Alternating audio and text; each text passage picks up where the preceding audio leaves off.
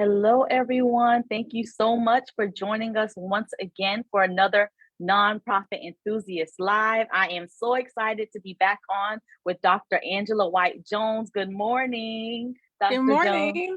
Good morning. So glad to have you join us again. I know last month we had a conversation with you, and we all love the conversation of money, money, money. So we're going to continue some of that as we kick off this month's theme of fund development and year planning, continuing that conversation on this month's theme. So before we do that, I just want to allow some time for others to join us. If you are joining us and you're in the group, let us know that you're here. Give us a hey, good morning. Let us know where you're tuning in from. If you're catching us on replay, which I know a lot of you do, give us a hashtag replay. We come back and we celebrate you catching us on replay and catching up on today's topic. So last week I talked about 6 ways to lose your tax exempt status as part of the year-end planning portion. So if you missed that, go into the guide section and check that out, because none of us are going to be losing our tax exempt status in this upcoming year. So make sure you check out those ways to lose your tax exempt status. And while we continue to wait, this month, as mentioned on the last show, Nonprofit Enthusiast is sponsoring this month's series of talks. And we're also offering a special 15% off if you choose to, if you schedule in these consultations and work with us just for the Facebook group. So that's it, just for you all. So if you share it with others, they need to be in the group in order to take advantage of that. So we'll also share that information in the chat box. And we'll give it a few more minutes for others to join. And then Dr. Angela White-Jones, we're going to hop right into the conversation. So we'll give it a few minutes. Once again, catching us on replay, give us a hashtag replay. If you know someone who needs to be tuning in, asking questions, go ahead and tag them right now so they don't miss out on this opportunity. All right, so let's jump right in. So if you don't mind just telling us, I know you were on last month, but just a little bit about yourself and how you entered the field of nonprofit. Sure. So I am currently the director for the Research Administration Master's Program at UCF, and I'm also a full-time faculty member in the School of Public Administration. So I teach in nonprofit management specifically, as well as research admin, and those 2 degrees really do connect very much, especially when it comes to things like grants, contracts, and the development of those particular projects. Before I joined the faculty, I worked for a nonprofit here in Central Florida called Quest Incorporated, and their mission was to provide services for individuals with developmental disabilities.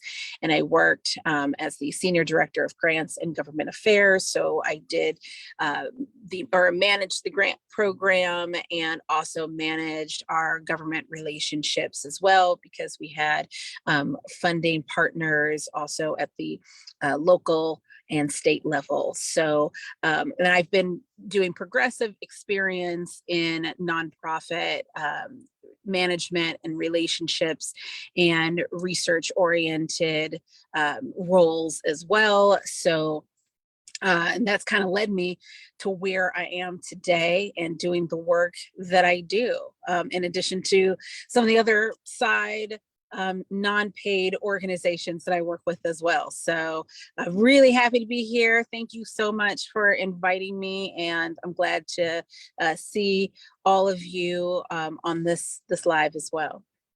Yay, so glad to have you once again. So before we hop into the conversation, let me see. Oh, good morning, Kim. Thank you for tuning in.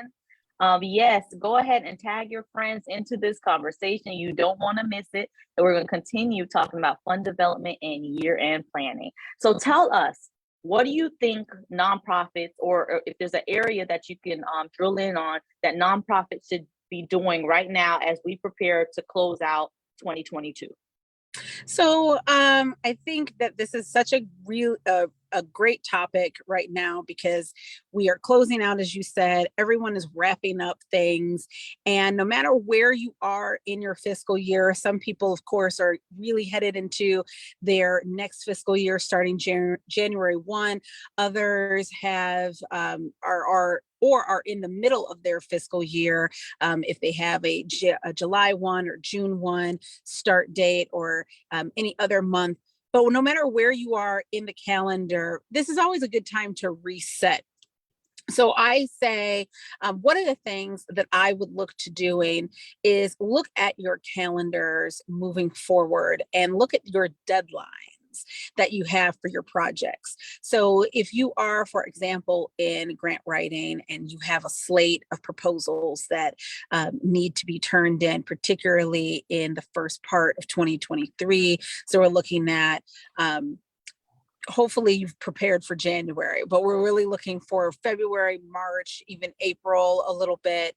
But if you're looking for the first portion of 2023, again, assess your deadlines, make sure that you have all of the information ready to go, because a lot of people will start going on their breaks, probably starting next week, and for certain the week after. So if there are any questions that you need from anyone internally and externally, because everyone is going to be starting to take their vacations, make sure that you've lined up some time to inquire about any missing information, missing data that you may need, missing paperwork, so that you can prepare and have that information, so that once everyone comes back in January, that you can hit the ground running with that. So pay attention to deadlines. See if there are any deadlines that have also shifted. If anything, maybe it was a deadline was on January 18th and now it's February 2nd, or to that degree. So see if there's any shifting deadlines as well, so that you can add those to your calendar. I think calendar planning is one of the most underrated activities that you can do at this time of year. And so when you're looking at that, you are taking a look at due dates, you're taking a look at different meetings, you're taking a look at any roles and responsibilities from partners or collaborators that you need to get in touch with, and making sure that you can have those addressed. Also, if you are looking to have any meetings, particularly in the first part of the year, I would say nail those down now, between now and next week, which is Friday is the 16th, I believe. If you can get those meetings for January on the calendar, or even February, depending on your work, the nature of your work, right now, then do that as well, because when you come back, you're going to have a lot of people that will be pulling at not only your time, but maybe at the time of those individuals that you also seek to have a meeting and conversations with as well. So you want to make sure that you are prioritizing your meeting schedule. So make those meetings now, put those things on the calendar right now. There's actually a couple of meetings that I've put on my to-do list that I know I need to send requests out and what have you for late January, so that those items are on the calendar. So those calendar items are probably some of the biggest and smaller changes that don't require a ton of heavy lifting and time that you can do to prepare yourself for 2023. Love it, love it, love it. So look at your deadlines, get prepared for 2023. And you're right, because coming probably next week, I think responses are going to get slower and slower from other entities as you interact, because people are going on vacations, they're wrapping up, and a lot of things, if it hasn't happened already, it's probably not going to happen. I know some people even stop even scheduling meetings for this year. It's like you got to wait till next year. So, from this time, like probably in the next week or so, leading up to almost, I know even the first week of the new year, it's hard to get any meetings on. So it's almost like we're going into like 4 weeks of possibly, not being able to, anything we need from other agencies being able to get that information. So making sure that you might want to put a pause really quick on anything that you can take care of real internally that doesn't have no external factors, and look at what do I need from others before they start heading out. So that way that doesn't hold you up for the next few weeks. So that is some really, really good advice. Exactly. Yes, please do that, because, and you brought up a good point, people are going to start responding slower as time goes on. So if you do need something, and we talked a little bit about this, I think in my last conversation when it came to grants and developing your portfolio and what have you, again, we don't write grants most of the time in a silo. We still need the help of our colleagues internally who may be in different departments, in the budget office or the finance office, or those who are doing the on the ground work. And so we sometimes, you don't even know when people go on vacation until you get there and they're like, oh, your outbox says they're not going to return until January 5th. So you want to make sure that you touch base with them and get whatever documentation that you need to have to prepare yourself for either those grant proposals, or if there's an upcoming board meeting, or if there's an upcoming volunteer session that you want to hold, whatever it is that you need to do. If there's different types of paperwork that need to be handled as well. I know you talked about tax exemption. So, if there are items that need to be gathered as you're preparing to renew certain documents, it's good to have those. It's a good time, again, no matter what your fiscal year is. And really, I think we're talking when it comes to preparation, because if your fiscal year begins January 1, hopefully you've had a head start on this back in September and August and September, and in the fourth quarter of this year, so that you're ready to go and hit the ground running at the beginning of your fiscal year. So the planning right now, and the details that go into planning in this mid portion for those who may have mid beginning fiscal years is really critical as well, to be able to budget preparation. That's another thing. How much money have you drawn down? Do you have those accounts? Do you have those receipts? Do you need to ask anyone for that?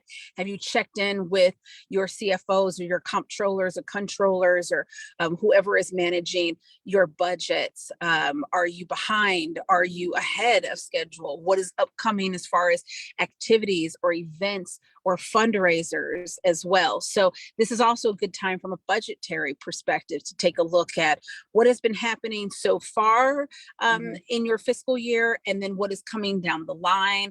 And do you still have the resources needed to carry that out without it being much of a strain on you or on your staff?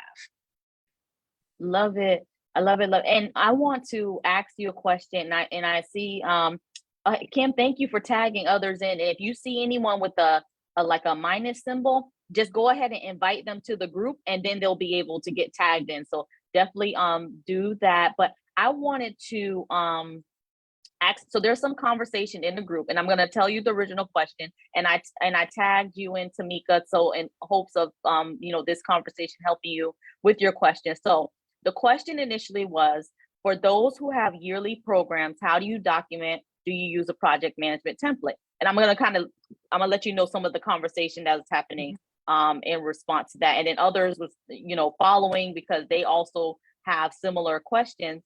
And at that point, I asked her, can she detail, what does this look like? Are you referring to documenting the annual calendar, documenting team's progress using project management tools? And then, let me see. She says she's looking more like a calendar of activities that capture goals and outcomes. I'm looking for formatting suggestions, something that you can hand to program workers and they can hit the ground running.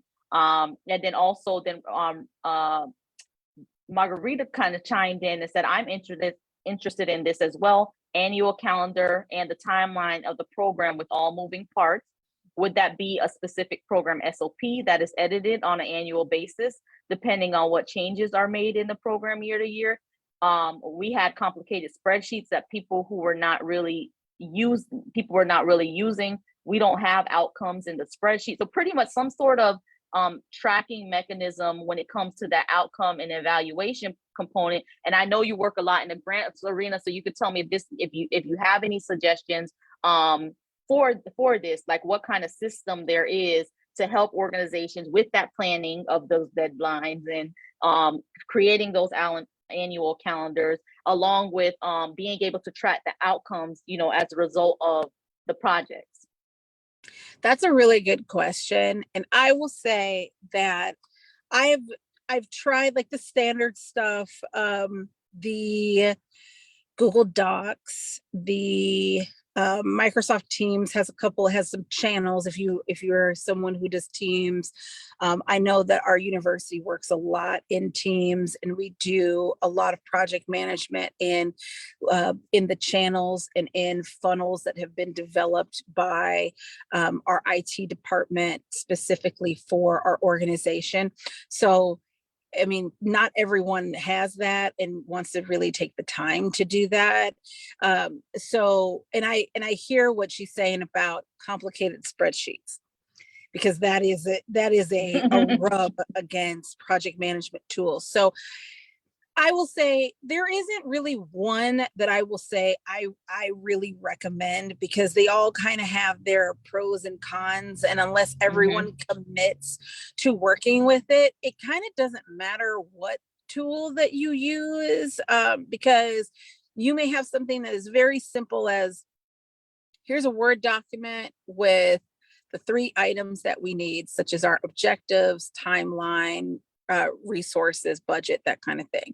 And if someone doesn't want to fill it out, or if they fill it out, in a half done way, then it may not be as helpful. So I think it's more along the lines of whatever tool that you use, make sure that you're not paying an arm and a leg, because sometimes you'll go and you'll get these project management tools that are very, they got a lot of bells and whistles, and I'm sure people in the chat probably have ones that have worked for them. So I would say if anyone does have something that works excellently, follow up on those. But my thing with project management tools is not necessarily the tool itself, but how you use it and getting everyone to have buy-in of using it.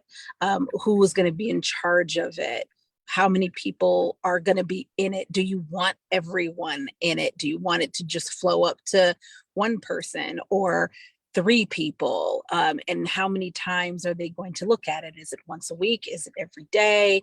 And what are the things that you need? Because sometimes you have these tools and they'll give you 76 different options, and it's overwhelming. Especially for like smaller organizations and nonprofits, but even larger ones too. They're super overwhelming. And you're like, I don't need all this. I just need something to say, 5 days from now, our grant proposal is due. Here's a reminder of that. And then a checklist of, was this done or was this given? And you can create that yourself. Or you can have, if you do have resources, such as an IT department, they maybe can create it. But if you are your own nonprofit purveyor, my advice would be get something as simple as possible, that is inexpensive as possible. Because all you need, what you really need a project management tool to do is to keep up, and everyone is also different. So I think timeline, to make sure that everyone is adhering to a timeline, to make sure that everything related to your project is being done, where you have your checklist and you can check behind that, and where you can assign responsibility to that particular party. If you can have, those are, I think, are some of the 3 core pieces of a project management tool. Everything else can be done fancy. You can color code it. You can code it by name, by number, by frequency, by whatever, alphanumeric places. But I have seen some of the finest tools be not used, expensive tools not be used, because they're either complicated or we did not develop a system internally for who was going to manage that and where it was all going to funnel up to, and who was going to be in charge of making sure that it happens. And then one other thing, I just had a short story. My husband, actually, who works in a far different field than I do, he works in digital marketing. They had a spreadsheet, but it was like 17 pages of this spreadsheet that was like a project management tool. And they went on this whole thing where they were talking to their collaborators about, this is how you put it in, and it's very simple. All you have to do is do this. And when I tell you, like maybe a week after that, he was so upset because someone went in and put something else in a different way or didn't update it here or whatever. And it just made everything from then Oh on, it my was like a gosh. domino of nonsense after that. And I said, well, you know, maybe you overcomplicated this tool or what have you. And so, you know, it's sometimes when it comes to those things, it's more about getting the processes for the tool than even the tool itself. So that's my Hmm. long way of saying that. But Google Docs is good. It's free. Yep. If you do Yep. have Microsoft Teams, use the channel aspect that will put everyone into their own small groups, like a budget group and a development group and an events group and a marketing group and so on and so forth, where you can put in different information and spreadsheets and documents and what have you.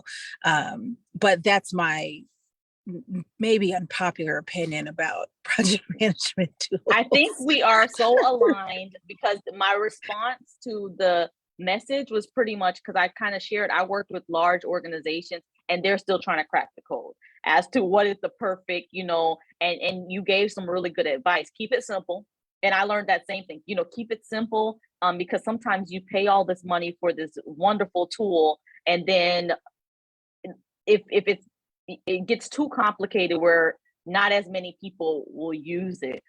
So what I did is in the chat box, I dropped our blog with free nonprofit resources, and there's a few that you mentioned. So there's Microsoft gives, I believe it's 10 licenses to nonprofits, and that's on the list as far as project. You know, in Microsoft, you know, the whole suite is just fabulous in different ways. So, you know, checking out that, you know, Google Docs, Google Workspace is on there as well, because that's free to nonprofits as well. Another tool that's not on there, but we'll add it on there, is Monday.com. That's free to nonprofits. And I'm telling you, I didn't know that. So you don't want to pay for the tool. But the thing about it, I'm going to tell you some things that I've learned, because I feel like even within my own organization, we shifted. We did the Asana, we did the Click. We're doing the ClickUp. We done the Air. Well, we continue to do the Airtable, whichever. So the reason I love the fact that you said keep it simple, because number one, even with the multiple platforms, we can't even keep up. I can't even keep up, right? So we got to the point where we had to decide. And some of them did not, they have the pros and cons for multiple reasons, depending on what your needs is. So it's going to be hard to say for you, try doing this. You will really have to kind of assess what's important to you and see which management tool has most of those pros that you can go with. Something that I did learn along the way is the setup is key. So let's say you get one of these free tools and then you don't even know how to use it, and then you're setting it up, no one else is going to understand how to use it. So I would say, if you did have to invest, you got the tool for free, try to invest in getting it set up right. And some of these companies do have onboarding people that will assist you with getting, you just tell them, this is what I want to do, this is how I want to do it, and they'll set it up for you, and then that will last a lifetime of for your organization. And that's something that I learned. Because we tried different tools, and I'm learning that some of them don't work for whichever reason. And part of it, we were able to drill down, is because of the setup. Because we're not that familiar with the tool. We're learning and setting it up at the same time. Where if we were able to just tell someone, which we're in that process now, where we're just going to tell someone like, hey, look, this is our goals. This is how we want to look. We want to communicate each other. Let them set it up, and then we can use it for a lifetime. And I honestly feel like that was one of the downfalls that we learned in it. And you all may be experiencing that, because project management is, that question comes up so many times. What tools do you use? What are you? Keep it simple. Keep it simple. Very, very, you know, and there's different Airtable. If you're a spreadsheet, like you just love spreadsheet, but you feel like, I want to take this spreadsheet to the next level, Airtable.com is a wonderful resource. I use it for multiple. I call it a glorified spreadsheet, because it still has that same format as spreadsheet. You can put formulas in there, but you could turn it into forms. It's so much more. Very simple. It'll be equivalent to almost Google Sheets, but it has even though Google Sheets is still closer to like an Excel spreadsheet, but it does have a lot more features where you can tag people if you wanted to. If you really feel like, I need to take this up a notch, out, go there. But before you do that, sit down and assess, think about what's important to your organization, and then decide. Don't go getting all these tools, because especially because a lot of them are free to nonprofits. Don't go getting all these free tools and don't know what to do with it, or you're trying to piece them all together where you're using Google Sheets for this type of project. You keep it simple and try to keep it very, like, it's either like for communication we're doing this, or we're like, I know, like there's Slack, for instance. You might say, hey, we're going to communicate through Slack channels, Right. and then this is our project management tool. That's it. They integrate and they talk with each other. So and that's it. Keep it simple. Don't try to use too much different platforms, because you're not going to be able to keep up. Your team's not going to be able to keep up, and that can slow you all down. So I hope that answers, because I saw that conversation happening, and I know when I responded, kind of probably sound vague, a little vague to them, and it's because a lot of organizations are still trying to figure it out themselves. Yeah. But there are platforms that you can, especially. What about with the outcome measurement? So you got a grant, right? You applied for the grant. I'm sure you're using some sort of donor system or whichever, to manage, like the whole process, maybe that grant management process. Now you got it, and you want to be able to track the impact of the grant. Would you say a project management tool will be the best place to set up a structure within that? Or there are tools, and I believe there are some tools out there that are specifically designed to be able to help with that outcome piece, where you like put all your clients in there and you do, it'll like do different reports for you. Mhm. So what's your thoughts on that? Yeah, there's I think the first one I ever started working with that I had to manage and learn how was a program called Tessitura. And it was a pain in the behind for me because I wasn't a project management I was basically voluntold, like, okay, you have your job as a grant manager, you're also going to be managing the installation of this whole process. So it kind of goes back Mm, to what you're saying about setup and being comfortable with that kind of thing. So where I've worked with that, with Wealth Engine, with Blackbaud, a lot of those old school donor management.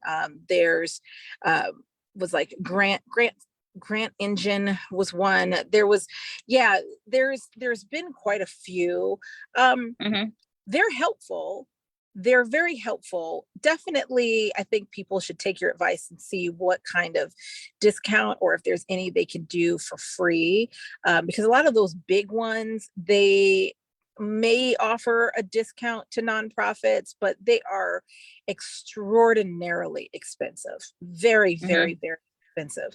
And I think that if you were going to allocate or ratio the cost for how much it takes versus the cost for how much you or someone else in your organization has to undergo in order to get it set up, be trained. Like when I did the first training with Testura, there was a person who came into our office and was talking mhm, about it, and it was like a week's type of training system. mhm, Anytime we've gone to like where I've worked with new like web development pages, and what have you, it's always been, it hasn't been just like, okay, we're going to send it to you and now we set it up within the day. Like it has been a week mhm, long migration type system. So I think they're definitely not helpful. You can put your donors in there. You can put potential prospects. You can even, for some of them, you can, especially for individual donors, you can track their giving history, or as much as you can. But there's always the thing about imperfect information. How much will a person be open publicly for another engine to get that information to put into their system? So mhm, there's always that. And then it's the time that it takes. I do think it can be helpful if, again, you have someone who is committed to managing that process, because you can certainly put it all in one place. You can put out a spreadsheet of who gave, who you've asked, how much was that gift in one year versus another year. They can be very, very helpful tools to put all of that and have it be almost a storage compendium. But you really just have to make sure that you have the right person or people to manage it. Because if you don't, then you are not going to set yourself up for the success that you otherwise could if you have someone who is going to be able to manage that system. And oftentimes that's not going to be just that person's job. They're going to have something else that's already their full job. They're going to be writing the grants, or they're going to be a events coordinator, or they're going to be, managing the department or something to that effect. So managing your donor relationships is going to be just an additional thing to do. And so people have to really be realistic about what they can do and how much time they can give to managing those databases, because to do it right requires a significant amount of time. Love it. Yeah. Yeah, you're absolutely right. Hi, Michelle. Thank you for joining us. Yeah, this like whole project management thing, and I know and I get it, and I believe, because I've seen this conversation come up in different areas, and I really think as organizations get ready to wrap up this year, they don't want to go into next year with the same complications that they had. So now, looking into these systems, but I think, the common thing that we continue to share is keep it simple. When you're looking at your different platforms, don't complicate the process, and make sure that you have someone designated to help manage it. You mentioned, having someone else designated to manage these platforms as you set them up. And training was another thing that you mentioned that is also important, because whoever's using that platform, you definitely want to have them trained on using it. Otherwise, maybe that instance of what you shared with with your husband, where the spreadsheet just went like it was done. Those things can happen, and I've seen them happen. I've seen folders get lost. I've seen like whole workspaces get deleted before, just because of not having that training component into it. So Yes. I think any other tips you want to give as we look into year-end planning? And I know we talked about several different areas of year-end planning, including looking at some of the tools, especially because that conversation has been coming up. Anything else you would like to share? I think just in relation to the tool too, no matter what tool that you do want to go to, or as you look in it, also look at their IT help as well, because now that there's a lot of interfacing online, from party to party, person to person, state to state, whatever macro level that you're on. If there's someone, if you don't have a dedicated IT department that can help in case there's any bugs or errors, make sure that whoever you do go to has someone that you can connect with quickly and easily, and that you're not on the phone for an hour because there's a bug, or you can't open up your folder, or you can't open up your platform. And let's say you've got a donor coming in unexpectedly in like 2 hours, or a potential donor, and you're trying to find information on them or giving history, and then your thing has bugged. You don't want to be on the phone with an IT specialist that's like, oh, we'll just call our 1-800 number. But that 1-800 number doesn't give you the actual help that you need. So make sure you ask those questions too, about what does your IT support look like? How fast is that turnaround time? If we get stuck, or if we delete something, how can we get it back? Is it gone forever? Things to that effect. I would say ask those questions as you are vetting the different tools, if you do go down that road. But I think other than that, the biggest thing, like I said, is really plan and look forward for your next 3 to 6 months in your calendar. Be aware of your deadlines, be aware of what materials that you need to gather. Take a look at your budgets and where you are at this point in your fiscal year. And if you are ahead of schedule, if you're behind, if you're right where you need to be, if there's any hiring practices that you need to do, if anyone is looking at for any reason not coming back at the beginning part of the year, if you need additional volunteers, like all of those things, just continue to assess your resources for what you need as you close out your fiscal year, or for those who are starting quickly at the turn into 2023, it'll get you on the right foot as well. Love it. Thank you. Thank you. And I want to share this resource. Abigail from, and I'm tagging her in from Steps Foundation. She shared this with me. And when it comes to that IT component, if you're a smaller organization, and let's say you don't have an IT department, you are the IT department or an IT person to call on. She shared Taproot Foundation, and I'm dropping it in the chat. And pretty much they provide pro bono IT support. So as a nonprofit, you could go in and list the project that you're looking for, and then various volunteers will reach out. She said it has worked out wonderful for her. So, and I tagged her in case you have questions or want to put it in a thread and tag her for any questions you have. So in case you don't have an IT department, check that out. If you have a special project coming up that you need help, such as setting up your project management tool, you may be able to post that on there and get some help that way.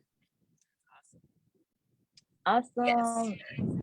Love it. So thank you so much for coming on once again. We definitely got to get you scheduled to come back in 2023 as we continue these conversations. And before I close out, anything else before I close out that you would like to say? No, I think that's good. Other than I hope everyone does have a great restful break, and that you continue to do the great work that you are doing in your communities in 2023 as well. Love it, love it, love it. Yes, enjoy the holidays. Take some time for yourself. And I know it's hard during the end of the year, but do take some time for yourself. So before we close out, I'm just going to ask you all, I always love to give a challenge. We are at 742 individuals in the group. And the more that we have in the group is the more we're able to learn from each other, share with each other, and continue to share resources like we did on this call today. So go ahead, go up to the button at the corner, click invite a few friends over so they can tune in for future Nonprofit Enthusiast Live. So thank you all once again for joining us. Thank you, Dr. Angela White-Jones. It's always a pleasure to have you, and we look forward to having you back in 2023. And that's all we got today, everyone. See you later. Bye. Thank you. Bye.